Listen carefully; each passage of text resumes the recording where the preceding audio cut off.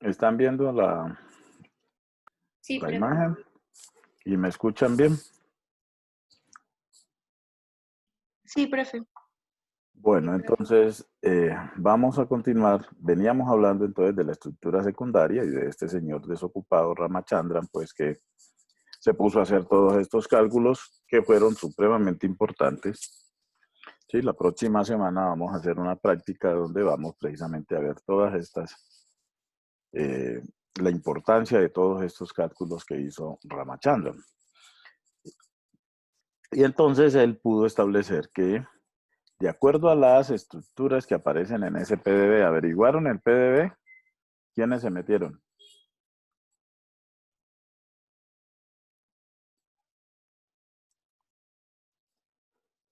Pues yo me metí, profe. Sí, Vi que era como la base de datos de proteínas y tiene diferentes como links. Entonces había una europea y habían varias así. ok.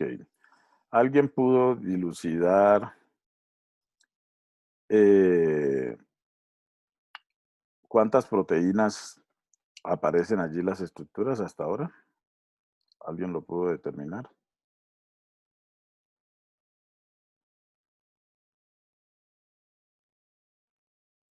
¿No? Pues, Profe, profe, Dime, a mí me Jenny. pareció un dato que era, o sea, macromoléculas, Ajá. había 170.968. Ok, muy bien. ¿Sí? Entonces apareció como macromoléculas. Macromoléculas, entonces ahí también, además de la proteína, hay proteínas unidas a DNA o proteínas unidas a carbohidratos. ¿Listo? Ese número, si ustedes lo revisan la próxima semana, va a haber aumentado. ¿Sí? Porque ese número va aumentando a medida que se van depositando en esa base de datos las estructuras de proteínas que se van dilucidando. Hasta ahora, en todas esas estructuras que hay, esa base de datos es mejor que se familiaricen con ella porque la práctica es basada en esa base de datos, ¿ok? La práctica que vamos a hacer el próximo martes. Entonces, esa base de datos, eh, ¿qué sucede? Eh, las estructuras secundarias que están allí de todas las proteínas son estos tres tipos de estructuras secundarias que les he venido mencionando. Las alfa hélices, las hebras beta y las asas o giros. ¿Ok? Entonces, en el caso de las alfa hélices, ya les dije que la zona de ángulos de giro en phi y en psi, en la cual hay la posibilidad de que los aminoácidos de esa región de la proteína formen esa estructura tipo alfa hélice, o sea, esa estructura helicoidal, es en esta región que está aquí señalada en rojo, principalmente, pero también en el cuadrito verde más oscuro, si quedan allí, también se puede formar alfa hélice, ¿sí? Y en la zona verde más clara también, pero lo más común es lo de la zona roja, que queden los aminoácidos en esos ángulos de giro. La hélice derecha es la más común, ya les había dicho que una hélice derecha es porque va así. La hélice izquierda iría en este otro sentido.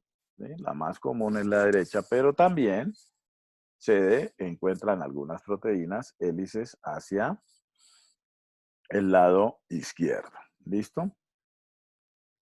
Entonces, la alfa hélice, ¿qué característica tiene? Les decía que por cada vuelta de hélice tenemos 3.6 aminoácidos y pueden llegar a tener 13 aminoácidos, que es lo más frecuente, pero pueden ser muchos más o pueden ser más corticas también. ¿Listo?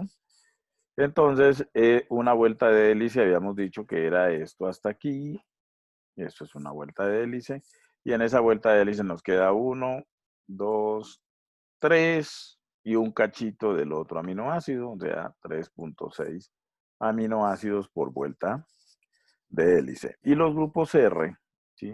O sea, esta que aparece aquí como una cinta, pues es una representación de qué? De esto que realmente es lo que sucede, el esqueleto carbonado, ¿sí? Con los enlaces peptídicos obviamente allí metidos. Entonces, los grupos R van a quedar, como ustedes ven, hacia la parte externa de la hélice. Y si lo vemos desde arriba, entonces miren que los grupos R quedan en la parte externa. Y como se está dando un giro, entonces resulta que el aminoácido, este aminoácido aquí, que tiene su grupo ceto, el oxígeno aquí, pues va a quedar de frente y a la distancia apropiada de este nitrógeno del enlace peptídico que tiene aquí su hidrógeno, y entonces nos va a establecer entre los dos esto que son puentes de hidrógeno. Entonces miren que los puentes de hidrógeno todos son así, entre el oxígeno y el hidrógeno del amino. Estos puentes de hidrógeno están dentro de la misma hélice, esa región. Entonces los vamos a llamar puentes de hidrógeno intracatenarios.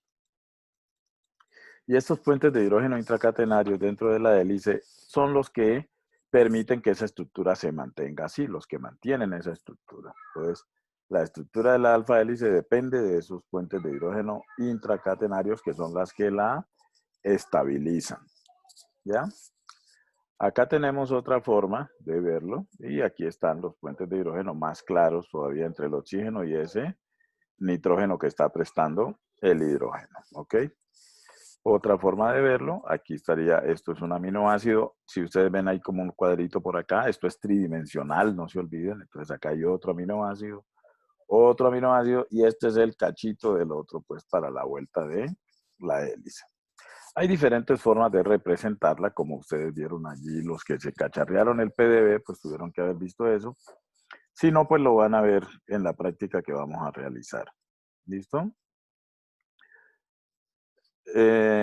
Ok. Esa alfa hélice, entonces hay muchas proteínas que están hechas solamente de alfa hélices, ¿no? Entonces aquí esto es para ver que veamos que el puente de hidrógeno se hace entre, digamos, el aminoácido 1 y el cuarto aminoácido, ¿sí? Porque cuando esto se dobla, entonces este oxígeno queda de frente a este nitrógeno amínico y entonces se establece el enlace puente de hidrógeno. Y eso es periódico, o sea, es una estructura periódica y repetitiva. Entonces tenemos proteínas que solamente están hechas de alfa hélice, como esta, ¿sí? Donde vemos claramente pues un extremo de la proteína y acá el otro extremo. ¿Cuál de los dos extremos es? Pues no podemos precisarlo así, pero obviamente va a haber un extremo amino y un extremo carboxilo. Y miren, aquí hay una hélice cortica, aquí hay hélices mucho más largas. Esta hélice ya les había dicho que se quiebra un poco, lo más seguro es que haya una prolina, que no son muy dadas a estar en las alfa hélices por lo aparatoso de su estructura. Y las hélices en este caso se están conectando por motivos que no son ni alfa hélice ni hebra beta, que son los que llamamos asas o giros. Las asas les había dicho que son mucho más largas que los giros. Entonces aquí tenemos claramente un asa, esta de acá, y esta es un giro. ¿Listo? Los giros tienen hasta máximo 6 aminoácidos, las asas tienen de 6 en adelante. Eso con respecto a la hélice alfa. Para el caso de las hebras beta, que dan origen a las hojas beta, entonces la zona de ángulos de giro donde pueden quedar esos grupos R para poder dar ese otro tipo de conformación estructural es acá, ¿no?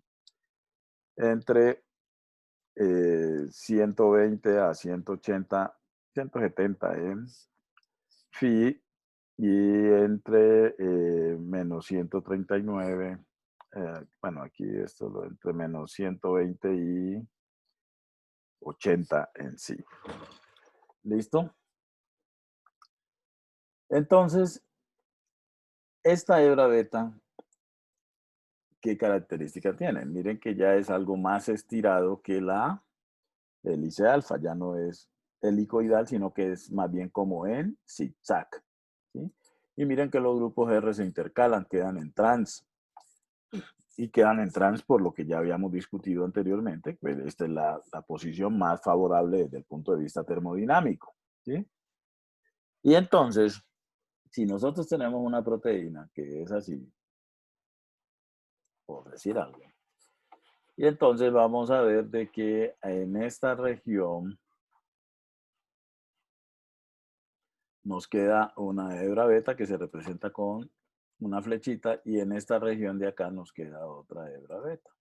Digamos que así es, ¿no? Este sería el comienzo de la proteína y acá el final. Entonces aquí van a quedar los grupos R y van a quedar, como ustedes ven aquí, miren, los oxígenos que se intercalan con los aminos. Entonces, si quedan estas, esto sería una hebra beta y esto sería otra hebra beta. Miren que esta va en este sentido y esta va en este sentido. Entonces, es común encontrar hebras betas que queden de frente y puedan interaccionar entre ellas. Y una vaya en un sentido y otra en otro sentido, entonces ahí hablaríamos de una hebra beta antiparalela, ¿sí? Porque esta va en un sentido y esta en otro sentido. Y estas interaccionan entre sí por medio de enlaces de hidrógeno. Resulta que al frente de este oxígeno, en la otra hebra beta, queda el hidrógeno con el nitrógeno, entonces también se me forman puentes de hidrógeno, pero ya ahora los puentes de hidrógeno van a ser entre este pedazo de la cadena y este pedazo de la cadena, entonces a estos los vamos a llamar puentes de hidrógeno intercatenarios. O sea, las hebras beta se estabilizan mediante puentes de hidrógeno intercatenarios. O puede suceder, como por ejemplo vemos aquí, ¿no? Que esto sea una hebra beta y que esto sea otra hebra beta. Entonces miren que aquí nos quedaría en este pedacito que se intercalan, pero ambas van en el mismo sentido. Como ambas van en el mismo sentido, entonces lo llamamos hebras beta paralela. Entonces, esto es lo que les decía. Esto sería una hebra beta antiparalela. Esta va en este sentido, ¿no? Y esta en este otro sentido. Y miren que quedan de frente los oxígenos a los aminos y entonces se me forman los puentes de hidrógeno. A estos son los que llamamos intercatenarios. Diferente a la hebra, a la hélice alfa que era entre este con este, bueno, el cuarto, ¿no? De acá, porque quedaba dentro del mismo pedazo de la cadena. Esta es una hebra beta antiparalela o puede darse así, que las dos vayan en el mismo sentido y entonces tendríamos una hebra beta paralela.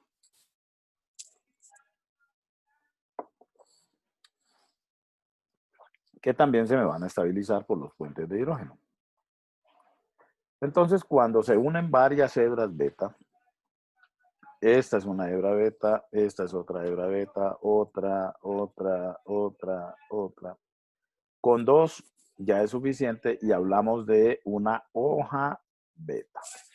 O sea, las hojas beta están hechas de varias hebras beta.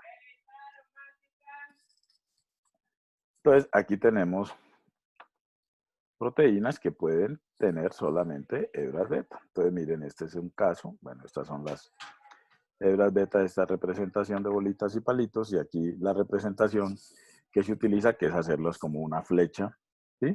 Indicando el sentido. Entonces, miren que esta hebra beta de aquí es paralela con esta. Y esta a su vez es antiparalela con esta. Y estas dos a su vez son paralelas. Estas tres serían paralelas. 4, esta de acá es antiparalela y esta es antiparalela. ¿Ok? Todo esto, que son diferentes hebras beta, dentro de la misma cadena proteica tridimensional, entonces es lo que vamos a llamar una hoja beta. Y miren acá, esto también sería una hoja beta, donde quedan hebras beta ya sea de forma paralela o antiparalela. Entonces, aquí tenemos una proteína básicamente hecha de hebras beta. Y tiene aquí un cachito de hélice alfa, pero mínimo, ¿no?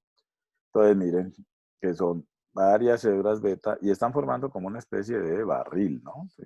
Entonces, es muy típico que esas hebras beta formen como barriles, así, si las vemos de frente. Y miren que estas hebras beta se van a ir conectando a través de ¿qué? De asas o giros. Entonces, las más pequeñitas serían asas, las más grandes van a ser giros. Entonces, tenemos proteínas solamente hechas de hélices alfa, proteínas solamente hechas de hebras beta o proteínas hechas de combinaciones entre hebras beta y hélices alfa. ¿Estamos? Sí, profe. Entonces, ¿qué es lo que se ha visto? Que hay aminoácidos que se encuentran con más frecuencia en uno u otro motivo, pero pueden estar en los tres motivos. Entonces, miren, el caso aquí del glutámico. Miren, el glutámico, ¿sí? Esto es como la frecuencia en que se encuentra en este tipo de estructura, 1,59. Miren que en las hebras beta es mucho menor, 0,52, o sea que es mucho más fácil encontrar glutámico en hélices alfa que en hebras beta. Y en las asas o giros es de 1,01. ¿Sí? O sea que este es más formador de hélices alfa que de hebras beta. Pero vuelvo y les repito, eso depende del contexto, de con quién esté al lado. ¿Sí? Porque no depende solamente de un residuo de aminoácido, depende de los vecinos, acuérdense. La alanina también tiene mayor tendencia a estar en hélices alfa que en hebras beta. Lo mismo pasa con la leucina, con la metionina. Pero miren, en el caso de acá, de la valina, la isoleucina, la tirosina, la cisteína, el triptófano y la fenilalanina, estos de acá tienen más tendencia a aparecer en hebras beta que en hélices alfa. ¿Sí? Y miren, por ejemplo, la valina, la posibilidad de encontrarla al igual que la isoleucina, en asas o giros es mínima, 0,41 comparado con las otras. Así como la glicina, encontrarla en hélices alfa es muy baja. Y la prolina, ¿se acuerdan? Que les dije que como es aparatosa, miren que encontrarla en hebras beta, en hélices alfa, muy bajito. En hebras beta igualmente bajo. Pero donde se ubica más fácilmente la prolina, en asas o giros. ¿Y por qué razón? Pues por su condición de ser estructural. O sea que, pero todos los aminoácidos los podemos encontrar en cualquiera de los tres motivos estructurales, o eso sí, con frecuencias variables. ¿Eso está claro? Sí, profe. Sí, profe. Ok. Entonces, acuérdense, las hélices alfa se estabilizan básicamente por puentes de hidrógeno intracatenario. Las hebras o las hojas beta realmente se estabilizan por puentes de hidrógeno intercatenarios. ¿Listo? Y son motivos de estructura secundaria. El otro motivo, entonces, son las asas o giros. ¿Sí? Esta es un giro, ¿sí? Se le llama el giro beta, o también se le conoce como el giro Hairpin, ¿no? Este giro beta tiene entre 4 a 5 aminoácidos, ¿no? Y también se estabiliza por puentes de hidrógeno de la misma manera, ¿no? Y los grupos R, pues miren que quedan hacia la parte externa, siempre, porque el grupo R está interaccionando con el medio. Entonces, así sería un giro hasta máximo 5 o 6 aminoácidos, mientras que ya hablamos de asas cuando tienen más de 5 aminoácidos. Entonces aquí tenemos claramente los giros, que son los que aparecen aquí en rojo, y las asas, que son estas más largotas, son las asas. Y se representan de esa manera. ¿Sí? Esto es una proteína hecha solamente de hebras beta. ¿Sí? Entonces aquí vemos un extremo de la proteína y acá vemos el otro extremo de la proteína. Hay unas proteínas que son, la mayoría de estas proteínas que les estoy diciendo son estructuras que van a dar, proteínas que van a dar formas como de glóbulos, entonces se les llama estructuras globulares, pero hay unas que pueden formar grandes fibras, ¿sí? Y entonces a estas las vamos a llamar proteínas fibrosas, ¿sí? Entonces esas proteínas fibrosas, ¿sí? Tienen hélices, pero son unas hélices, en primer lugar, muy largas, ¿sí? Y ya son hélices que no van a tener 3,6 aminoácidos por vuelta de hélice, sino 3,5 aminoácidos. O sea, son hélices un poquito más, la vuelta de hélice es un poquito más cortica, ¿sí? Y las hélices son a la derecha, pero se enrollan entre sí las cadenas de proteína hacia la izquierda, entonces forman como una especie de trenza. Y esas hélices son larguísimas, hasta de 1000 aminoácidos. Ahí a eso le llamamos la hélice del colágeno o de las queratinas. Tienen un motivo estructural para poder estabilizar esas hélices que son tan largas, que son las heptadas de leucina o cremalleras de leucina, se le llama esto porque semeja como un cierre. Y es que en esa hélice tan larga, cada 7 residuos de aminoácidos, o sea, cada 7 aminoácidos, aminoácido 1, el 2, el 3, el 4, el 5, el 6 y el 7, es una leucina. Luego otra es el 8, el 9, el 14, es otra leucina. El 21, otra leucina. O sea, se repiten esas leucinas y entonces en las dos hélices que se están trenzando, ¿sí? En esas dos hélices pues quedan de frente las leucinas y como la leucina es un aminoácido hidrofóbico, entonces ¿qué va a pasar? Pues hidrofóbico y hidrofóbico interaccionan entre sí, ¿sí o no?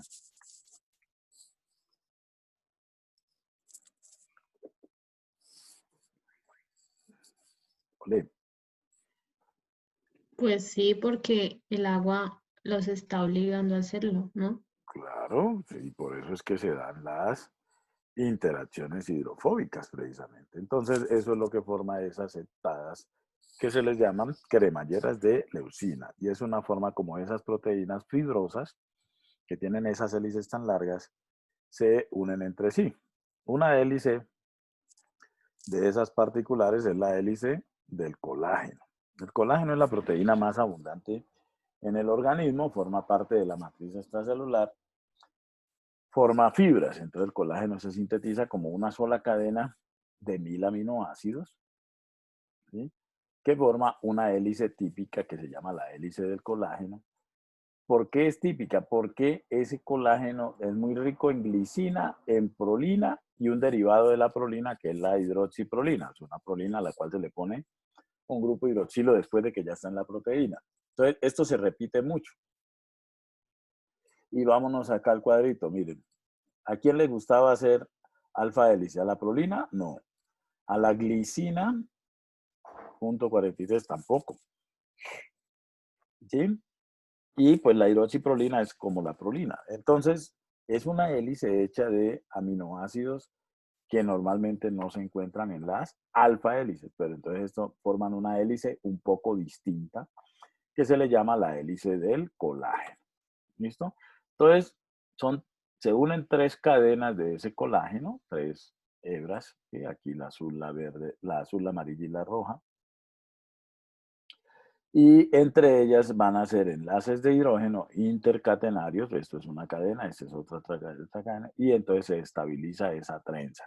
Y entonces a esto se le llama el colágeno.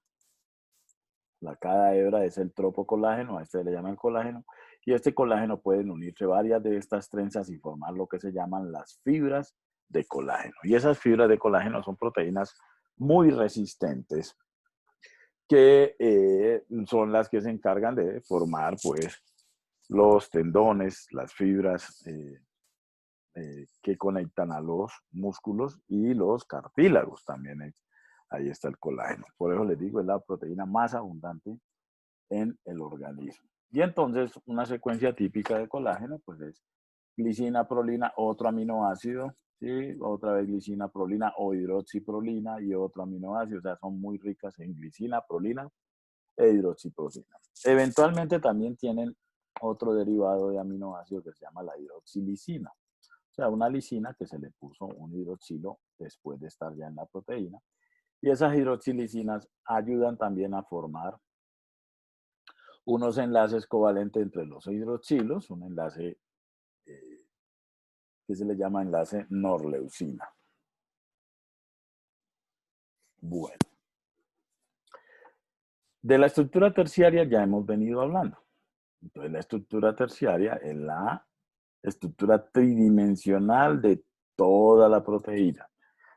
Hasta ahora veníamos hablando por regiones de la proteína. La estructura terciaria es ya toda la proteína que forma toma. ¿Listo? Entonces, dentro de la estructura terciaria podemos tener hebras beta, hélices alfa, asas y giros. Hay proteínas solamente hechas de hélices alfa, hay otras proteínas solamente hechas de hebras beta y otras combinaciones. Entonces, generalmente, ¿no?, las cadenas de los aminoácidos se organizan de tal manera que dan una estructura similar a una esfera, ¿sí? Entonces, por eso se llama una estructura globular similar. No van a creer que va a ser una esfera, pero si ustedes miran algo así, pues entonces esto semeja a una esfera, no una fibra como las que les acabo de mostrar. Entonces, tenemos proteínas fibrosas y proteínas globulares. Y dentro de ese glóbulo, de esa esfera, los aminoácidos polares tratan de estar en la parte, sus grupos R, en la parte de afuera, tratan, pero depende de los vecinos. Puede ser que le toque a un aminoácido con grupo R polar rodeado de 5 no polares. Entonces ese polar ya no puede estar en la superficie porque los no polares van a huir del agua. Acuérdense que por acá todo esto hay agua. Entonces se van a ir hacia el centro los no polares y los polares hacia afuera, pero depende de los vecinos, ¿ok? Esa estructura terciaria que adopta la proteína, ya les había dicho que es la estructura de menor energía libre de la proteína. ¿Sí? O sea, que ella puede adoptar muchas estructuras. O sea, si tenemos que es esta la proteína, ¿sí?, ella pudo haber sido así, o adopta esta estructura, o así, o asá, o así, o así, o así, estructuras distintas. Pero se establecen equilibrios que obviamente estos equilibrios están desplazados ¿hacia quién? Hacia la estructura más estable. ¿Y cuál es la estructura más estable? ¿Cuál es? La de menor energía La de libre. menor energía libre. O sea que la que predomina es esta, que obviamente va a ser la de menor energía libre. No quiere decir que estas no existan, claro que existen, pero el equilibrio está desplazado a la de menor energía libre. ¿Por qué? Por ser la más estable. ¿Estamos? Ahora, ¿cómo se mantiene esa estructura? ¿Cómo prevalece en el tiempo esa estructura? Se mantiene, igual que los otros motivos estructurales, por interacciones débiles, básicamente enlaces de hidrógeno, seguido de las interacciones iónicas, las interacciones hidrofóbicas y las fuerzas de Van der Waals. Y también en algunos casos, como ya hemos discutido, se van a dar enlaces disulfuro. ¿Estamos hasta allí o no? Sí, profe. Sí, profe. Ok, entonces miren, aquí tenemos una estructura terciaria de una proteína. Entonces miren, esta proteína que se llama mioglobina, es una proteína globular, o sea, esto es lo que les digo, que tienen que ponerle fe, semeja a una esfera, esto es tridimensional, por eso no les digo un círculo.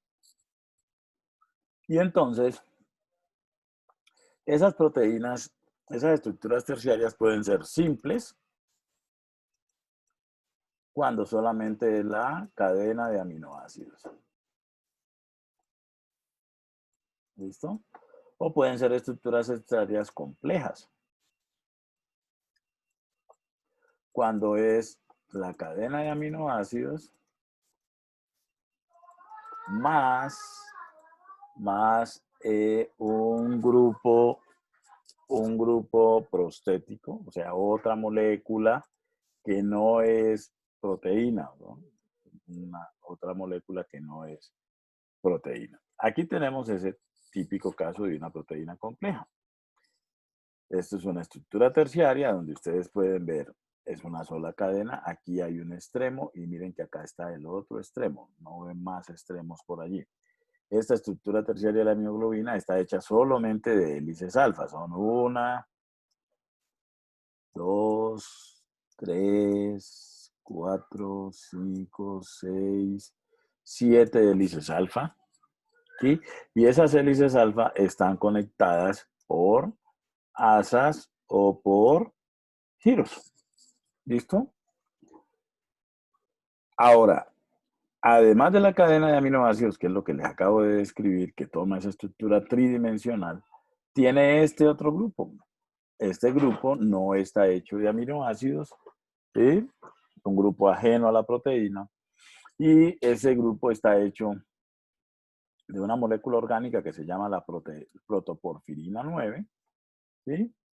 Y de un átomo de hierro. Entonces es el famoso grupo hemo, que es el que le sirve a la mioglobina para poder almacenar oxígeno, que esa es la función de esta proteína, almacenar oxígeno en los tejidos.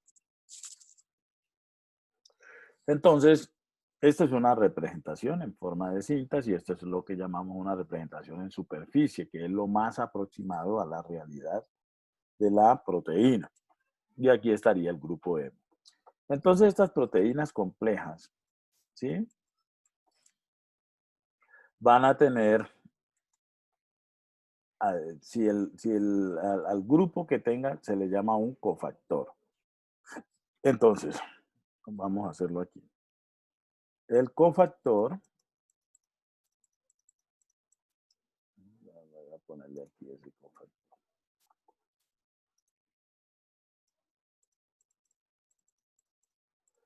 Ese cofactor entonces puede ser orgánico, o sea, hecho de carbono.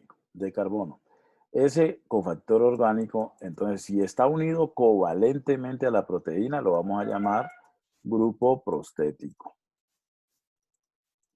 Si ese cofactor orgánico no está unido covalentemente a la enzima, lo vamos a llamar coenzima. ¿Ok? Ahora, el cofactor puede ¿Puedes ser, repetir esa o partecita? sea, si el cofactor está unido covalentemente a la proteína, se llama grupo prostético. Si está unido por interacciones débiles, se llama coenzima. ¿Ok?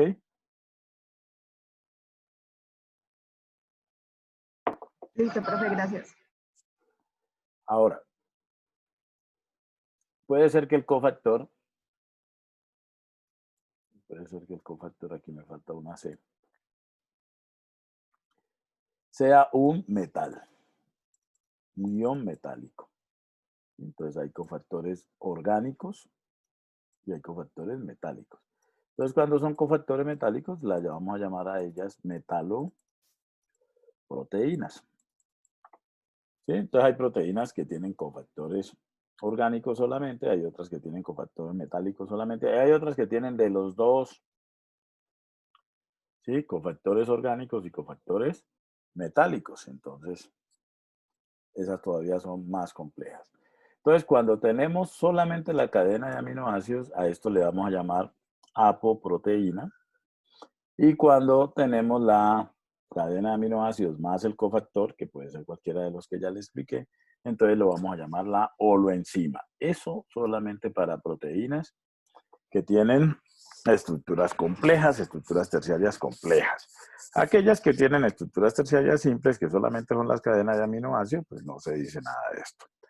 ¿Eso está claro? Profe, ¿cómo se llama el del metal? Qué pena. Metaloproteínas. Ah, ok. Ok, entonces aquí tenemos la estructura tridimensional de la mioglobina. Entonces se supone que los aminoácidos que quedan acá afuera, la gran mayoría de estos aminoácidos que quedan en la superficie, son hidrofílicos subgrupos R, ¿sí? Y los aminoácidos hidrofóbicos, porque como todo esto acá es agua, ¿no? Entonces se van a ir hacia el interior. Entonces miren lo que sucede aquí. Esta es la mioglobina. Entonces en azul están los aminoácidos hidrofílicos. Entonces miren que el panorama de aminoácidos hidrofílicos es bastante amplio, ¿no es cierto? En blanco están aquellos que son aminoácidos polares, pero sin carga total, ¿sí? Entonces miren que si sumamos los blancos y los azules, pues, ¿no? El panorama es de cargado hacia la superficie, hacia la parte externa. Los amarillos son los hidrofóbicos, ¿sí? Hay aminoácidos hidrofóbicos en la parte externa de la proteína, pero no tantos como los hidrofílicos. Pero si nosotros cogemos esta proteína y hacemos un corte, hagan de cuenta que tienen una torta allí y hacen un corte, una rebanada de la torta, o sea, ven la parte interior, hicimos aquí el corte de esa rebanada, ¿sí? Entonces miren cómo cambia el panorama, ¿sí ven? Que aumenta muchísimo ya al interior de la proteína el panorama de aminoácidos hidrofóbicos. O sea, simple y llanamente por afinidades con el agua, lo que hemos venido discutiendo, los aminoácidos hidrofóbicos se van hacia el interior y los hidrofílicos entonces tratan de estar en la superficie, lo cual no quiere decir que en la superficie no encontremos de pronto hidrofóbicos y que hacia el interior no encontremos de pronto hidrofílicos. ¿Estamos?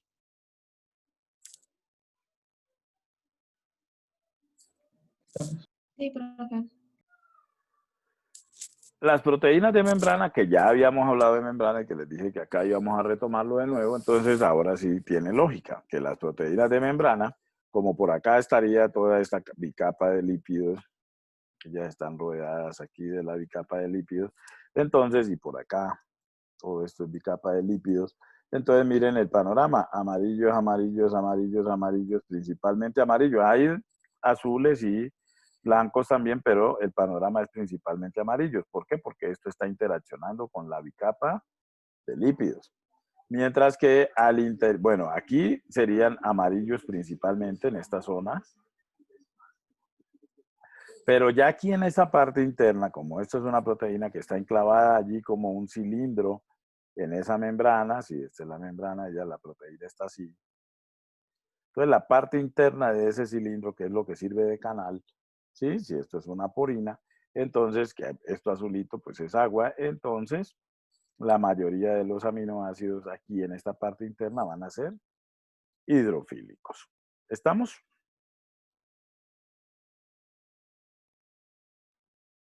Sí, profe. Entonces, las proteínas, ¿sí? Las proteínas se van sintetizando ¿en dónde? En los ribosomas se sintetizan. Entonces, esto es un ribosoma, la subunidad grande del ribosoma, la subunidad pequeña del ribosoma. Los ribosomas se encargan de leer a quién, a este que es el RNA mensajero, que lleva, ya hemos discutido la información de las características de la proteína, y el ribosoma va construyendo la proteína, la va construyendo y ya se va haciendo. A medida que se va haciendo, miren cómo se van formando los motivos de estructura secundaria. ¿Sí? Se van formando los motivos de estructura secundaria. Entonces, esto es una sola cadena polipeptídica, ya se separó de allí y termina plegada o termina con un cierto plegamiento, una cierta estructura tridimensional que luego se va puliendo esa estructura tridimensional hasta llegar a la de menor energía libre. Pero miren, en este caso se forman dos regiones claramente distinguibles con forma distinta. Esta región en azul y esta región en rojo. Y esas regiones que son regiones de estructura tridimensional, pero como no es toda la proteína, sino una parte, no es solamente estructura secundaria porque hay varios motivos de estructura secundaria y entonces a esto lo vamos a llamar estructura supersecundaria, porque involucra a varias estructuras secundarias y no es todavía una estructura terciaria porque no está en toda la proteína. Entonces esos motivos de estructura supersecundaria nos van a constituir lo que llamamos en la proteína los dominios. ¿Qué es un dominio? Es una región de la proteína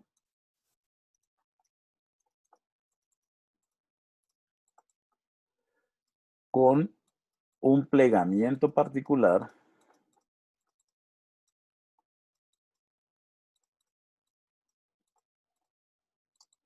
y, por ende, lleva a cabo una función diferente.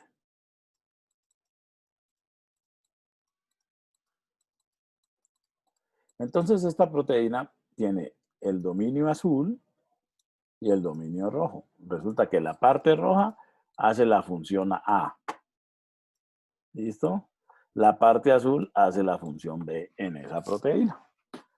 ¿Estamos? Entonces puede ser una proteína, por ejemplo, que esté en la membrana Y entonces aquí tenemos el dominio A, que es el que le permite a la proteína estar anclada en la membrana, y el dominio B, que es el que le sirve para unirse, por ejemplo, a una hormona. Entonces, ¿sí? Una región de la proteína que tiene una estructura tridimensional particular, y además de eso, facilita tiene una función distinta. Ahora, ¿cómo se plegan las proteínas? ¿Cómo llegan a esa estructura tridimensional de mejor energía libre?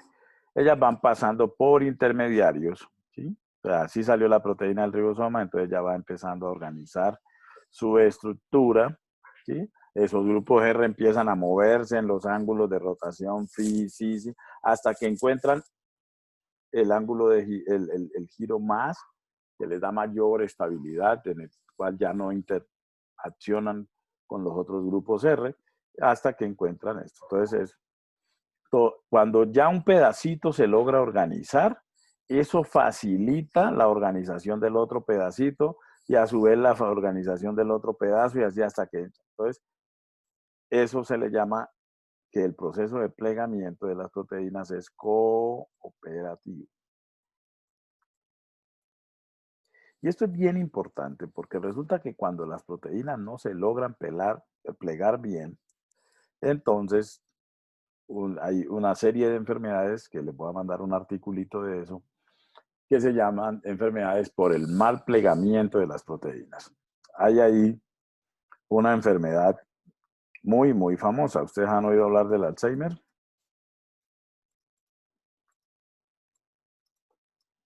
¿Sí o Sí, no? profe. El Alzheimer, sí, se da por un mal plegamiento de las proteínas. Entonces, cuando no se plegan bien, entonces se acumulan allá en el cerebro, dañan a las neuronas y por eso pues las personas empiezan a tener problemas de memoria.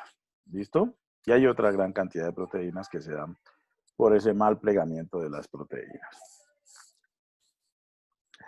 Algo importante que tenemos que entender en las proteínas es el proceso de que las proteínas, así como sufren pues todos estos cambios estructurales para llegar a una estructura tridimensional estable, pues hay ciertas condiciones medioambientales que pueden alterar esa estructura. ¿Qué condiciones? Acuérdense que las proteínas, su estructura depende de qué. Lo hemos visto a lo largo de los motivos La función. estructurales.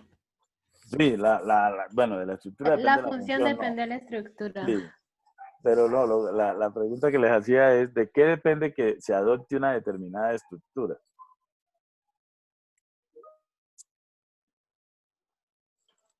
¿De qué depende? Pues como se pliegue, ¿no? Depende del medio y de las cadenas de aminoácidos.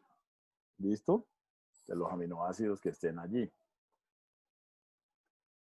¿Y cómo se mantienen las estructuras? La estructura secundaria, ¿cómo se mantenía estable? Por los puentes de hidrógeno. Los puentes de hidrógeno. Y el que se formen o no puentes de hidrógeno depende de qué. Pues como creo, de las formas de las hélices, que se quedan como cerca. No, la forma de las hélices, pues hélice es hélice. Pues de cómo interaccionan los oxígenos con los hidrógenos. De cómo interaccionan los oxígenos con los hidrógenos. Entonces, a ver. Tenemos aquí esta proteína. Y entonces aquí hay un enlace de hidrógeno.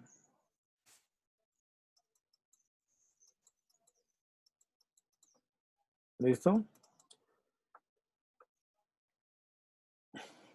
Lo hago más grandecito.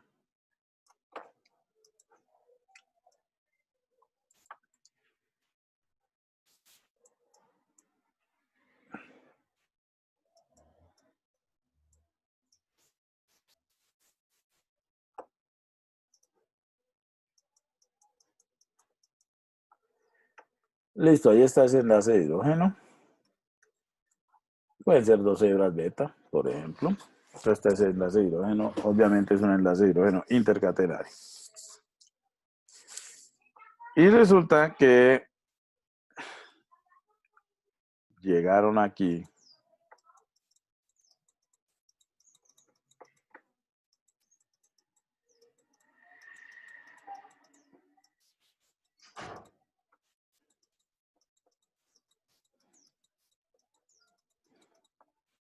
¿Quiénes son estos que estoy pintando? ¿Hidrógenos? ¿Hidrógenos? ¿Seguro? Iones. ¿Ah? Protones de hidrógeno. ¿No? ¿Mm? Son Hidrogeniones. protones. Son protones. ¿Habíamos hablado de los protones? Sí, profe. ¿Sí? ¿Cuándo? Todo el tiempo. Todo el tiempo, ¿no es cierto? ¿Qué concepto subyace a los protones?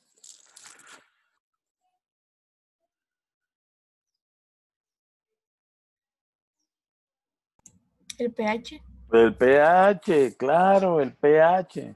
Entonces resultó que si aparecieron muchos protones, ¿qué fue lo que pasó?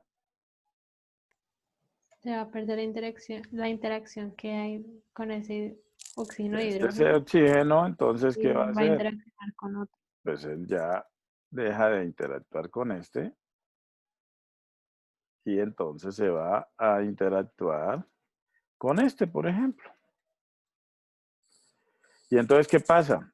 Ese enlace de hidrógeno me mantenía unido a esos dos extremos de la proteína. Entonces, ahora esa proteína que estaba así, ahora miren la forma que adopta. ¿Ya? Porque se perdió aquí lo que lo unía. Y eso lo estamos viendo para uno, pero no sucede con un enlace de hidrógeno, sucede con mucho. O sea que la estructura de la proteína depende del medio. Acuerden que estamos hablando de estas proteínas. ¿En qué contexto?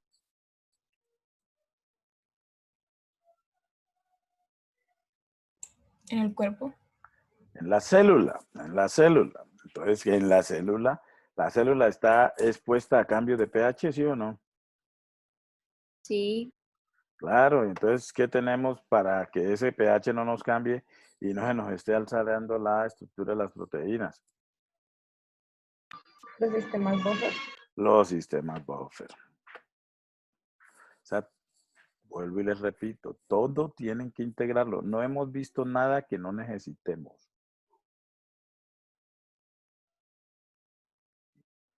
Entonces, imagínense que no nos funciona ese sistema buffer. Entonces, pues se nos va a alterar la función de la estructura de las proteínas y por ende se nos va a alterar la función y entonces por eso es que una acidosis y una alcalosis hay que correrle, independientemente de cuál sea la causa. ¿Estamos o no? Porque los Sí, cambios profe. bruscos de pH nos alteran la estructura de las proteínas y las proteínas dijimos que son las que llevan a cabo ¿cuántas funciones del cuerpo? Muchas. Muchas. Entonces se va a afectar el funcionamiento celular. Ok. Entonces hubo un señor, ¿sí? Que se puso a trabajar esto, a mirar esto en el laboratorio, ¿sí? Entonces él trabajó con esta enzima. Esta proteína es una enzima que se llama ribonucleasa bovina. O sea, él la aisló ¿de dónde? De las vacas. Esta ribonucleasa bovina, ¿sí? Es una proteína pequeña de 122 aminoácidos, ¿sí? Aquí estaría su amino terminal y acá estaría su carboxilo terminal. Es una proteína bien particular porque es una proteína simple, o sea, no tiene grupos prostéticos, ¿sí? Solamente la cadena polipeptídica. Y tiene la particularidad que tiene 1, 2, 3, 4 puentes disulfuro para mantener su estructura terciaria, que es esta.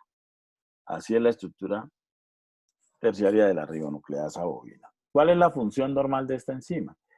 En la célula de la vaquita, y nosotros también tenemos esta enzima, es romper RNA. Y eso es una función importante porque cuando el RNA ya ha sido leído, definitivamente hay que luego destruirlo, ¿sí? Y eso lo hace entonces la ribonucleasa bovina.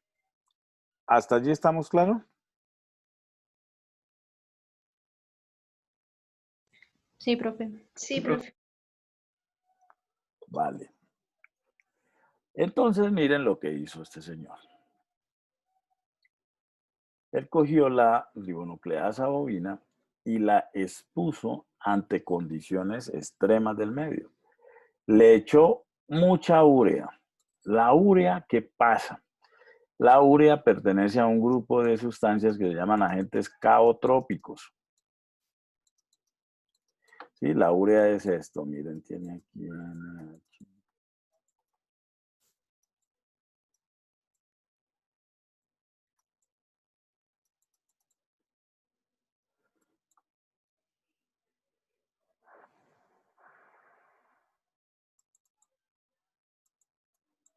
¿Sí? Entonces esto se carga positivamente. Y además de que se carga positivamente, pues estos señores pueden hacer enlaces de hidrógeno. Entonces imaginen que se meta la urea en una proteína que está llena de enlaces de hidrógeno. Este señor hace enlaces de hidrógeno, este también, este también. Y entonces arma un caos. Por esa razón se le llama agente caotrópico. ¿Estamos? Entonces la urea llegó y rompe los enlaces de hidrógeno. Y también le echó beta-mercaptoetanol. El beta-mercaptoetanol, ¿sí? Es esto, miren.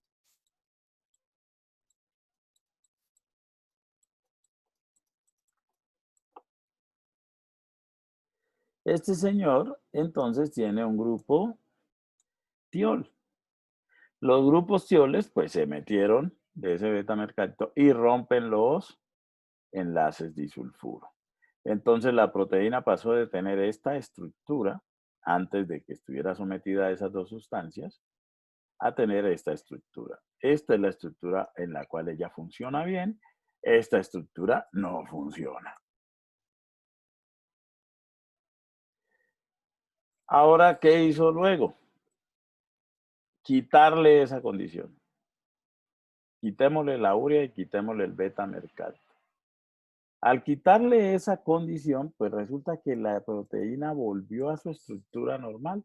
Recuperó 99% aproximadamente de la, 98% aproximadamente de la estructura, pero tuvo que dejarle un poquitico de beta-mercapto, un poquito. Entonces vamos a ver cómo es eso. Entonces, ¿qué fue lo que hizo Amundsen? Este es el proceso de desnaturalización y renaturalización de la proteína. ¿A qué le llamamos desnaturalización? Que la proteína pase de su estructura nativa a una estructura alterada, como es esta de acá. ¿Listo? Entonces aquí la enzima, la proteína se nos desnaturalizó. Pero luego, si quitamos la condición que me está desnaturalizando a la proteína, puede ser que la proteína recupere su estructura nativa. Y entonces a ese proceso le llamamos renaturalización. ¿Eso queda claro? Profe, pero uno puede volver a naturalizar cualquier, digamos, Primero, no, espérate un momentico. ¿Les queda claro lo que es desnaturalización y lo que es renaturalización? No, doctor, me lo podría explicar, es que el internet mío está fallando un poco. Si tú tienes tu silla donde estás sentado, que tiene, ¿cuántas patas? 4. Listo, entonces resulta que te sentaste muy duro en la silla y una de las patas se dobló. Digamos que son patas metálicas. ¿Puedes seguir sentado en esa silla? No, Entonces, ¿qué pasó con la silla? ¿Ya cumple la función, sigue cumpliendo la función de servir para sentarse? no. Entonces se desnaturalizó. ¿Que en la proteína cómo sería? Pues romper las interacciones débiles y los enlaces covalentes que mantienen la estructura tridimensional. Que en este caso de la ribonucleasa, que tiene enlaces disulfuro, sería romper los enlaces disulfuro y romper los enlaces de hidrógeno. ¿Está claro? Sí. Luego coges la silla y con la ayuda de alguna herramienta enderezas la pata y la refuerzas. ¿Te puedes sentar en la silla? Sí. Entonces quiere decir que con eso que hiciste, volviste a la estructura original de la silla, o sea, renaturalizaste la silla. ¿Estamos? Sí, doctor. Ok. Entonces, ahora sí, Isabela, Sí, pero lo que ibas a decir.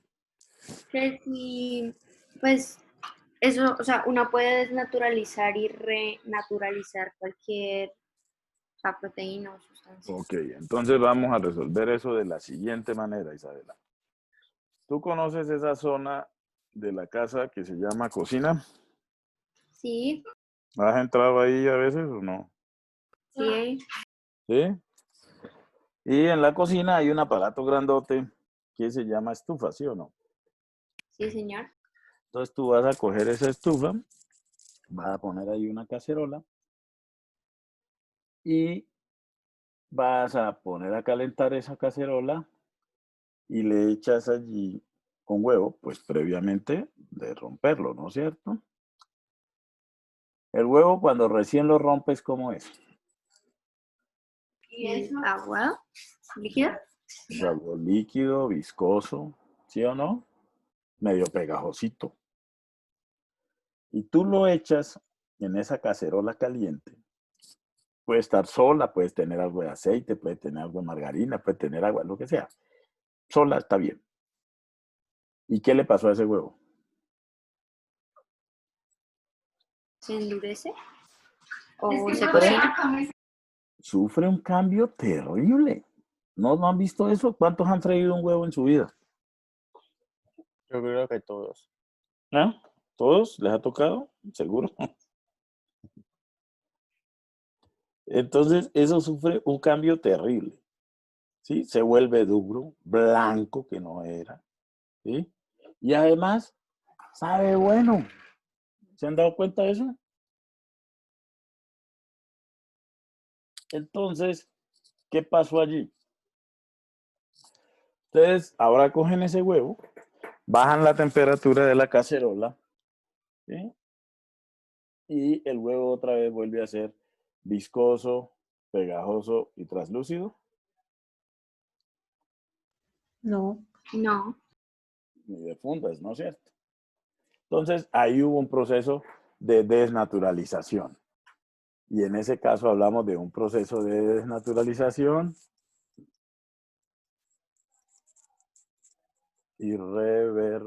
irreversible. ¿Me entiendes, Isabela? Hay situaciones sí, donde ese proceso de desnaturalización es irreversible. Pero hay otros procesos, otras situaciones en las que ese proceso de desnaturalización puede ser reversible. Hay proteínas que la reversibilidad puede ser del 50, 70, 30, 20, 90, 98%. Se recupera. ¿Sí? Hay otras que no recuperamos nada. ¿Okay? Es muy variable. ¿Ahora sí te queda claro? sí, profe. Listo. ¿Alguna otra pregunta hasta allí? Profe, yo te quería preguntar algo hace rato, pero pues ya eso me dio un poquito viejito. Que ahorita una muchacha, bueno, una niña, no vi quién era, le preguntó sobre, o sea, algo que hacía un proceso que tú dijiste que si era covalente iba a ser un grupo proteico y si tenía interacciones débiles una coenzima, ¿cierto? Pero ¿qué era eso que Los dependía de... cofactores. Ah, ok, ya, gracias. Eso. Ok. ¿Alguna otra pregunta hasta allí?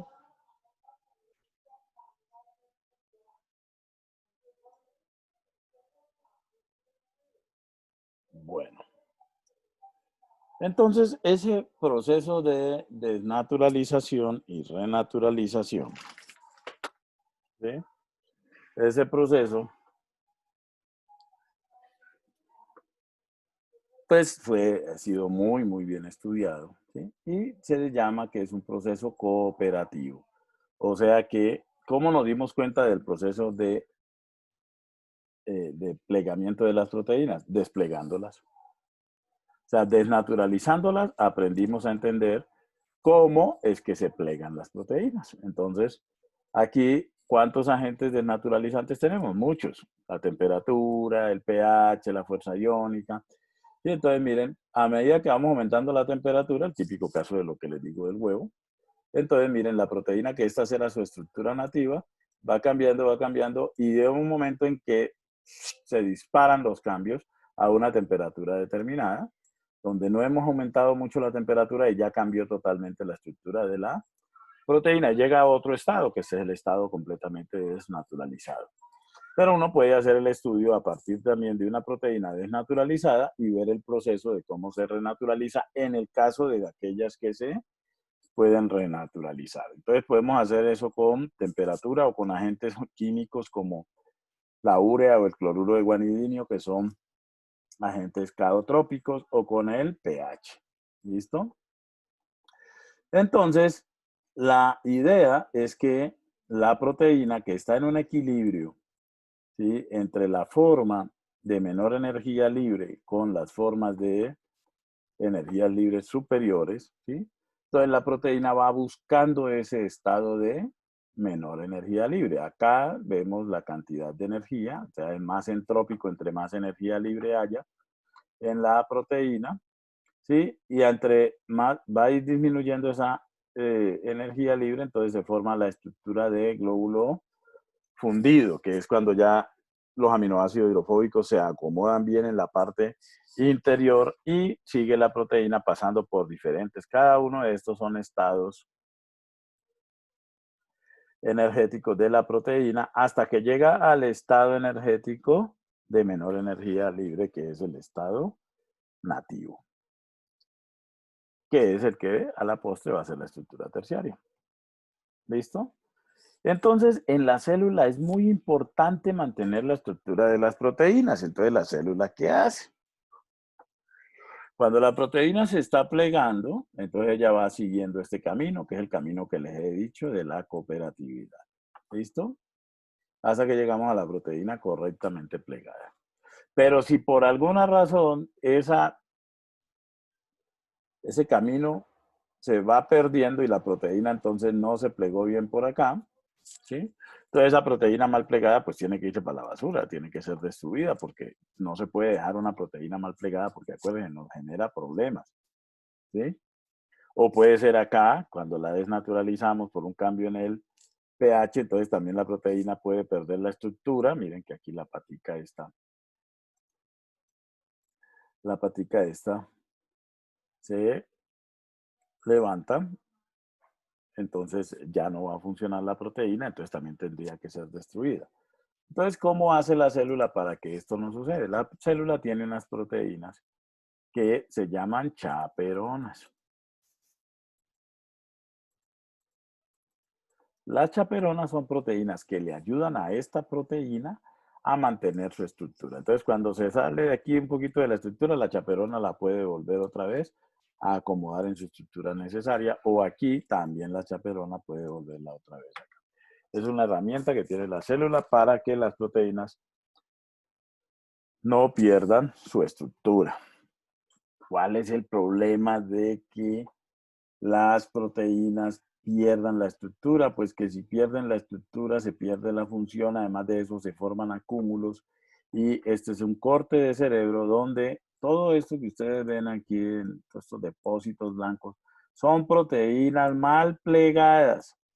Entonces, miren cómo desplazan el tejido normal, ¿sí? Entonces, cuando las proteínas no se plegan correctamente, pueden formar lo que se llaman estructuras amiloides, que dañan el tejido, ¿sí? Y entonces eso pues nos lleva a enfermedades. Hay una gran cantidad de enfermedades por un mal plegamiento de las proteínas, que ya les dije, les voy a mandar un articulito para eso. ¿Listo? Entonces, Profe, el ¿qué pena? ¿Se llamaban estructuras qué? amiloides. Gracias. Entonces, el plegamiento de la proteína se puede dar en ausencia de chaperonas o con las chaperonas. Este sería plegamiento sin chaperonas, la sola proteína encuentra su estructura tridimensional, o se puede dar el plegamiento cuando la chaperona, que es esta, le está ayudando a la proteína, la orienta pues para encontrar su estructura tridimensional. Hay diferentes chaperonas en la célula, ¿sí? Y hay unas que son chaperonas individuales, donde están todas estas, son proteínas. O otras que son oligoméricas, forman un complejo que facilita el plegamiento de las proteínas, que son la GROEL y la GROES. ¿Listo? Ok. Entonces, en ese proceso... Profe, qué pena, ¿me puedes volver a repetir cuál es el nombre? Dijiste que eran unas individuales y habían otras qué. Unas Ah, ok. individuales como estas, las proteínas de choque térmico se les llama las HSP, o la GROEL y la GROES, que son las oligoméricas. Entonces, los agentes desnaturalizantes, ya les dije, puede ser pH, temperatura, presión, ¿no? Y esos son agentes a los cuales estamos expuestos. Les dije que hay regiones de la proteína que pueden mantener una estructura tridimensional particular, y a esas regiones de la proteína que tienen esa estructura tridimensional particular les llamamos dominios. ¿Ok? Les llamamos dominios. Entonces, esos dominios están hechos por estructuras supersecundarias. Entonces, podemos tener combinaciones de hebras beta y hélices alfa como motivos de estructura secundaria. Aquí vemos varios. Entonces, miren, hélice, vuelta a hélice, o unas hélices superenrolladas, o un acúmulo de hélices, o una hebra beta, hélice hebra beta, o la hyperin, que son dos hebras beta, o una hebra beta donde tengan todas antiparalelas, una hoja beta o una hebra beta, hoja beta formando letras griegas, o un beta sándwich. O sea, todos estos van a ser motivos de estructura supersecundaria. ¿Sí? ¿Por qué supersecundaria? Porque no alcanzan a ser motivos de estructura terciaria, porque no es toda la proteína. Y tampoco son una estructura secundaria solamente porque son acúmulo de varias estructuras secundarias. Y esto es lo que me va a formar los dominios. ¿Ok? Entonces aquí vemos el caso de una hélice, vuelta a hélice, que es un motivo supremamente importante en la regulación de la expresión génica. ¿Listo?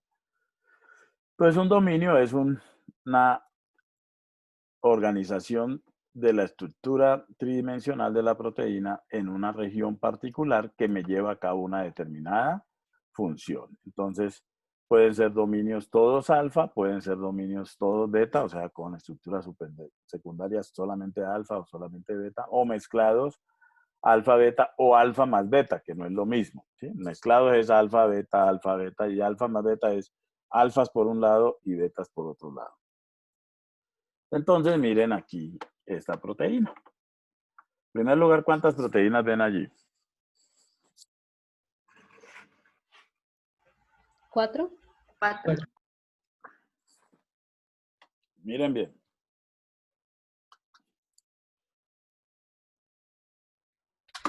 O una, pero con diferentes aminoácidos.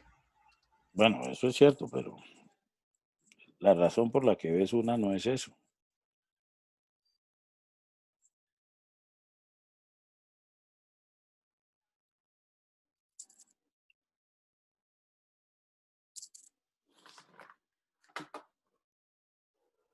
¿Cómo se dan ustedes cuenta cuántas proteínas hay ahí? Muy sencillo, miren.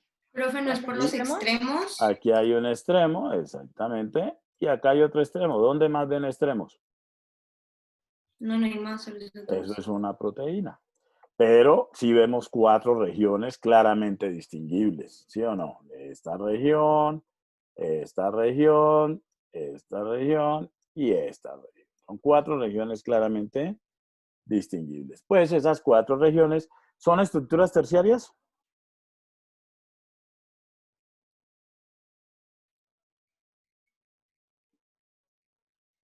¿Cuántas estructuras terciarias ven ahí? A ver, ahí me doy cuenta si me han entendido.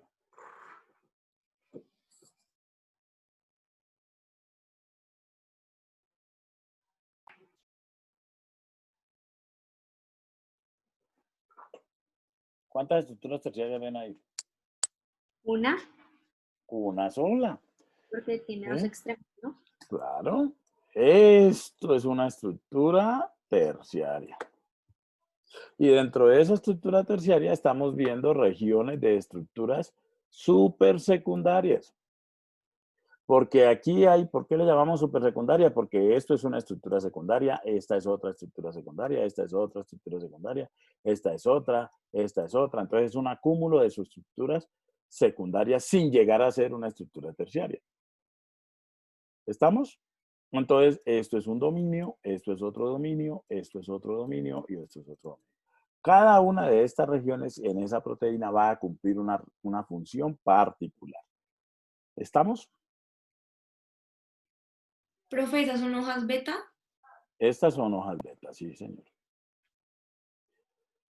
Ok, entonces, bueno, espero que eso les haya quedado claro. Ahora necesito que miren bien esta estructura que hay allí.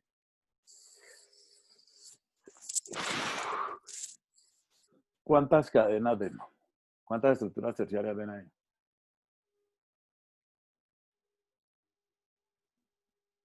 Dos. Dos estructuras terciarias. Miren.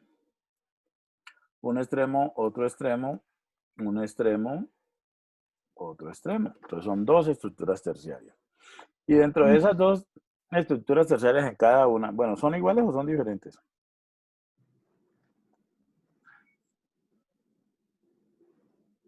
¿Iguales? Yo las veo igual. Son iguales. Pero claramente vemos aquí un acúmulo de hélices alfa, ¿sí? Con sus asas y giros que las conectan. Y acá un acúmulo de hebras beta. O sea, dentro de esta estructura terciaria hay dos dominios claramente distinguibles. ¿Sí? Lo mismo pasa en la de acá. Pero para que esta proteína funcione, necesita todo esto, miren. Entonces, es el resultado de la asociación de dos estructuras terciarias. Entonces, cuando tenemos que una proteína funcional es el resultado de la asociación de dos o más estructuras terciarias, que a esas estructuras terciarias las vamos a llamar subunidades. O sea que ¿cuántas subunidades hay aquí? Dos. Dos subunidades.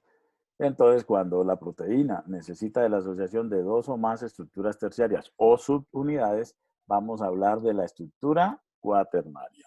¿Estamos? Sí, profe. Entonces, un ejemplo de esto. Dime. En una, o sea, puede ser posible que en una estructura cuaternaria o cosas así no hayan subunidades. No, imposible. O sea, No. la concepción para poder hablar de estructura cuaternaria es que sean la unión de dos o más estructuras terciarias. Ok. Acuérdate, Isabela, que una subunidad, lo que te estoy diciendo, es una estructura terciaria. Y para que sea una proteína tiene que tener sí o sí estructura terciaria. Si no, no puede ser proteína funcional. Ok.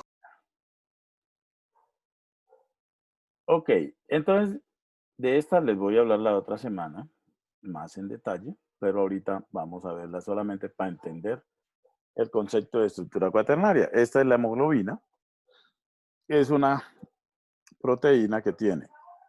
A esta amarilla se le llama una subunidad beta y a esta roja se le llama una subunidad alfa.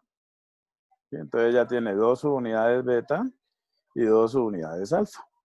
Y es una proteína compleja porque además de eso tiene grupo prostético, grupo hemo también, en cada una de las subunidades. Entonces tiene una estructura cuaternaria porque son 4 subunidades, que en este caso son 2 alfa, 2 beta, pero las 4 subunidades pueden ser iguales o pueden ser diferentes y pueden no ser 4, pueden ser 5, 6, 8, 10, 2, 3, ¿sí? Más de 2 para poder hablar de estructura cuaternaria. ¿Y cómo permanecen estas subunidades unidas? Permanecen unidas mediante interacciones no covalentes, o sea, mediante interacciones débiles. ¿Ok? ¿Estamos o no?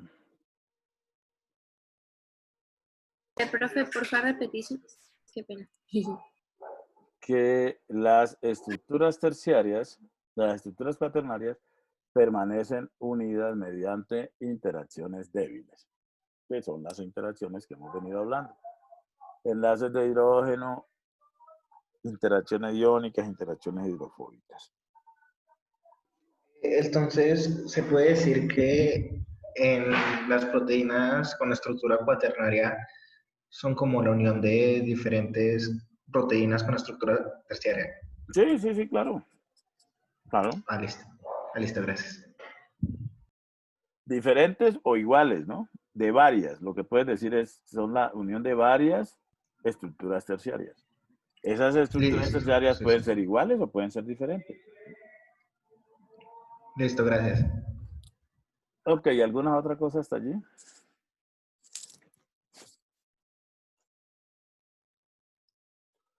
Entonces, volviendo a la desnaturalización, les había dicho que los agentes desnaturalizantes pueden ser calor, cambios extremos de pH, detergente, agitación mecánica, beta-mercaptanol, agentes caotrópicos como el cloruro de guanidinio, la urea.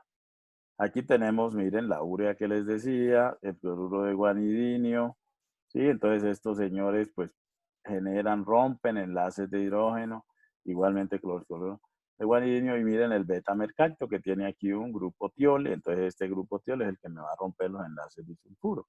Entonces si nosotros tenemos una proteína que tiene enlaces disulfuro, esto ya lo habíamos hablado con lo del cabello, y sometemos a esa proteína a procesos de oxidación, ¿sí? De reducción con beta-mercapto. Entonces, ¿qué hace el beta-mercapto? Rompe aquí el enlace disulfuro. Entonces, al romperse ese enlace disulfuro, pues lógicamente la proteína va a perder la estructura. Entonces, el cambio del pelo crespo al pelo lacio, ¿sí? Pero esto es reversible, o sea, puede ser que otra vez el oxígeno vuelve y oxida esto. Entonces, por eso, cuando se lacian el cabello, al poquito tiempo otra vez se les encrespa. Esto fue lo que hizo Affinsen, entonces les presento a la ribonucleasa. ¿Sí? Entonces esta ribonucleasa tiene aquí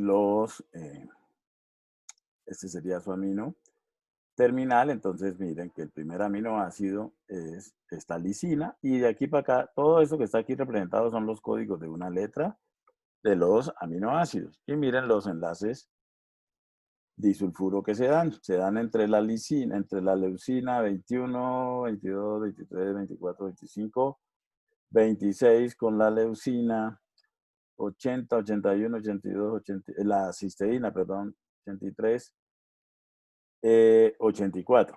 Entonces, miren que estos dos, el 26 y el 84, en la estructura lineal estarán juntos.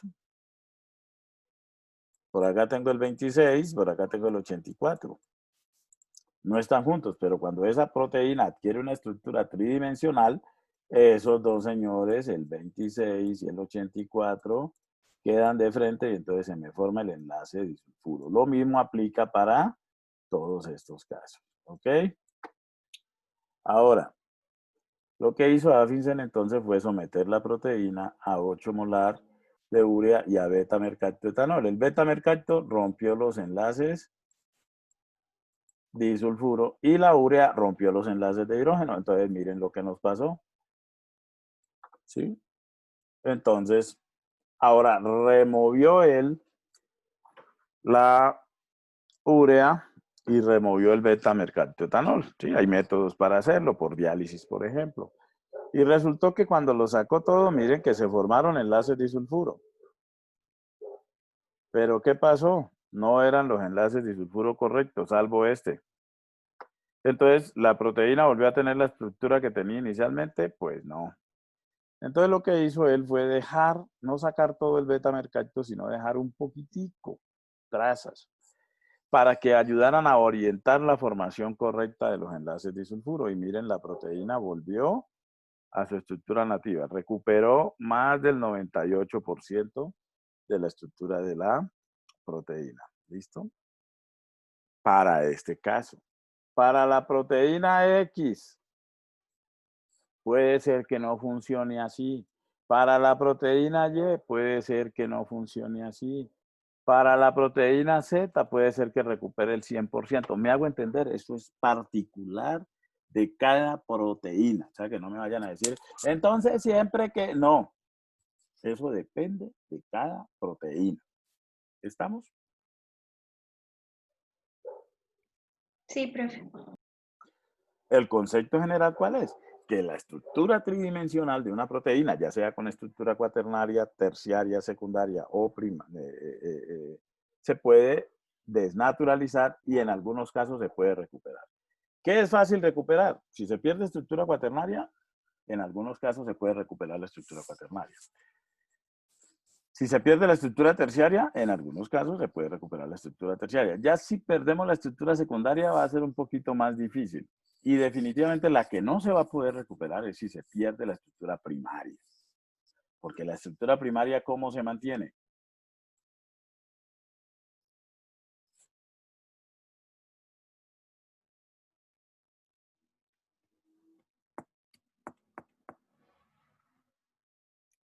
¿Cómo se mantiene la estructura primaria?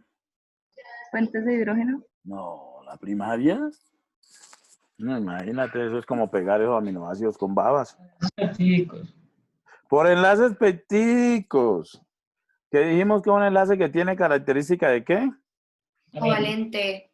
Es covalente y tiene característica de qué? Aminoácidos. ¿Yo les hablé de la resonancia o no? Sí. ¿Sí? Sí, ¿Qué era? ¿Y eso qué tenía que ver con el enlace peptídico? que lo tenía como doble enlace, el carácter Ok, de doble y enlace. entonces eso hace que el enlace peptídico sea como Fuerte. Fuerte. muy fuerte. Entonces, si rompemos los enlaces peptídicos, si dañamos la estructura primaria, ¿qué es lo que estamos haciendo? Esta es la estructura primaria. Estamos fraccionando esa proteína, liberando los aminoácidos. Quiten el agente desnaturalizante a ver si la proteína se vuelve a armar. No, No se puede. porque la única forma de hacer proteínas es en los ribosomas. ¿Estamos ahora sí o no? Sí. Entonces, miren, este ya les había presentado el caso de la insulina. Se hizo el mismo experimento de Affinsen con la insulina, el que había hecho con la ribonucleasa se hizo con la insulina. Sí, beta-mercapto, urea, luego de esto se le dejó con un poquito de beta-mercapto para renaturalizar y miren lo que se recuperó, menos del 1% de la actividad.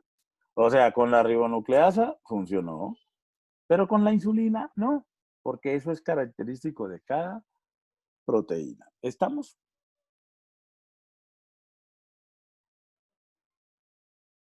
Entonces, esto sería, pues, ¿no? En el proceso de naturalización, con el agente desnaturalizante que pongamos, pues estamos pasando de la estructura plegada a la estructura desplegada. ¿Listo? Y ese proceso es un proceso cooperativo. ¿Listo? Bueno, esto es lo que ya les había mostrado, cómo el proceso del plegamiento es cooperativo. Pasamos de la estructura desnaturalizada a la estructura nativa o naturalizada. ¿Sí? Entonces, es un proceso cooperativo, intervienen las chaperonas, ya les conté. Una proteína que ayuda a hacer los enlaces disulfuro es la proteína disulfido isomerasa, ¿sí? Que me ayuda a la formación correcta de los enlaces disulfuro. Y en las proteínas, por último, podemos encontrar algunos aminoácidos modificados, no de esos 20, pues, que les he dicho. Pero estos que están modificados se derivan de los 20 y se hace la modificación cuando ya forman parte de la proteína. Entonces podemos encontrar la hidroxiprolina que ya les mencioné en el colágeno, la hidroxilisina que también forma parte de ahí, el gamma carboxiglutámico. Miren que es un glutámico que además de tener su grupo carboxilo de la cadena lateral, tiene otro carboxilo extra en esa cadena lateral. Podemos tener las uniones de carbohidrato a asparagina, ¿sí? Que es la forma como se unen los carbohidratos para formar glicoproteína. En algunas proteínas está la fosfoserina, ¿sí? Entonces, estos son aminoácidos unificados después de que la proteína es sintetizada. Entonces, un ejemplo de esos aminoácidos modificados, ¿sí? Es esta interacción entre estos tres aminoácidos, tirosina, serina y glicina, en esta proteína que se llama la proteína verde fluorescente, que es de una medusa, y esa proteína verde fluorescente la utilizamos. ¿Y por qué le llama proteína verde fluorescente? Porque fluorece verde y se utiliza como un marcador para hacer estudios de biología molecular. ¿Listo? Bueno, esto es de la estructura terciaria. Bueno, con eso terminamos entonces la parte de la estructura de las proteínas. ¿Preguntas hasta allí? Ve, profe, ¿qué dijiste de la de medusa? ¿Para qué la utilizábamos? Como marcador en estudios de biología molecular. Ay, gracias. Profe, yo tengo una pregunta, pero pues es devolviéndome bastante. ¿Desde aminoácidos o qué?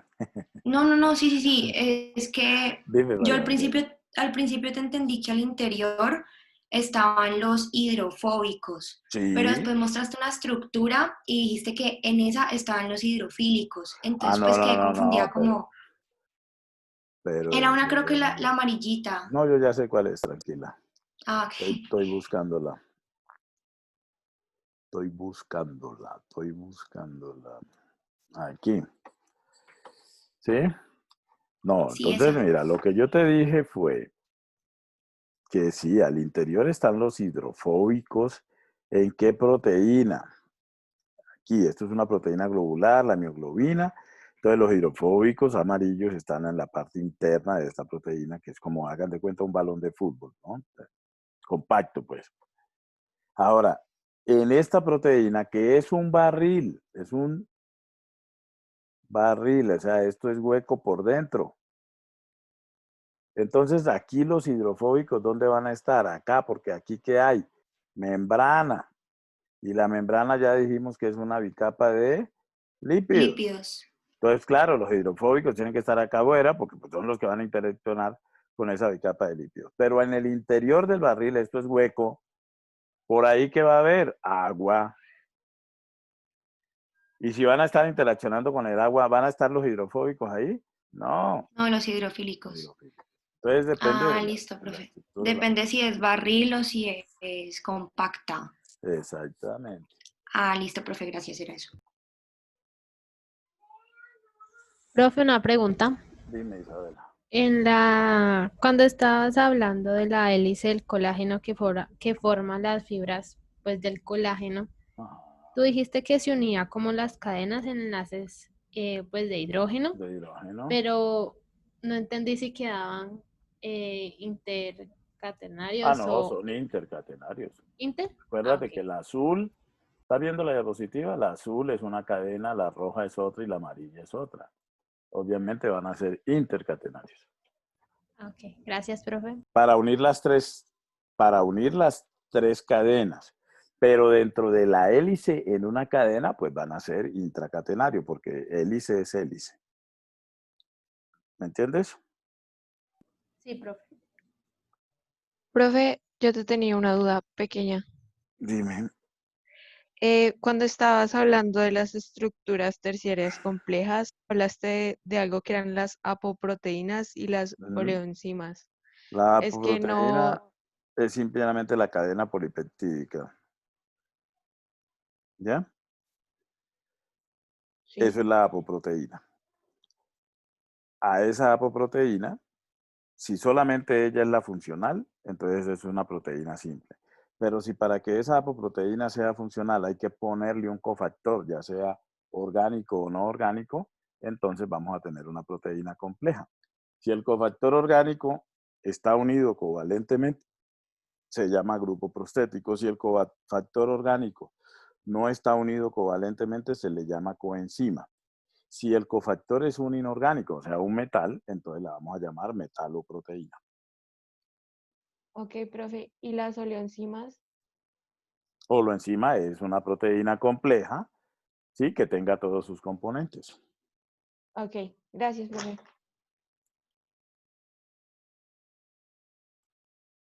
¿Alguna otra pregunta hasta allí?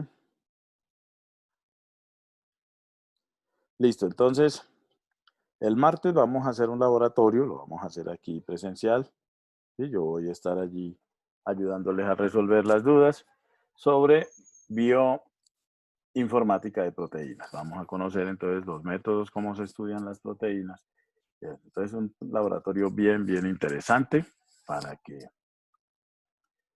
Entonces, cacharreen el PDB porque vamos a trabajar en torno a esa página. ¿Listo? Les voy a mandar el artículo de las enfermedades, se los envío de aquí a mañana, ¿sí?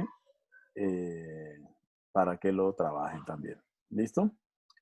Profe, ese también hacemos resumen Igual, de la 2 hojas. misma. Eso ya se va a acabar el curso, Isabela. ¿Sí? Eso es una constante. Si yo les mando un artículo o les pongo un video, ¿qué tienen que hacer ustedes? Pues Resumir y dar 3 conclusiones. Exactamente. Eso ténganlo, métanlo ahí como una impronta ya, eso es así. ¿Vale? ¿Cómo así, Está doctor? bien. Me trabó un poco. ¿Van a hacer otro video?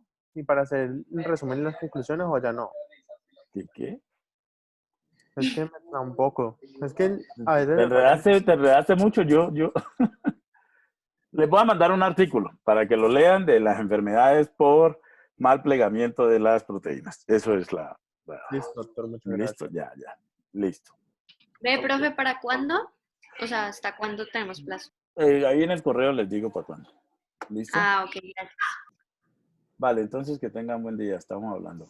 Chao, profe, Gracias, igualmente, que gracias, estés profe. bien. Gracias, profe. Vale. Muchas gracias, doctora. Hasta luego. Hasta luego.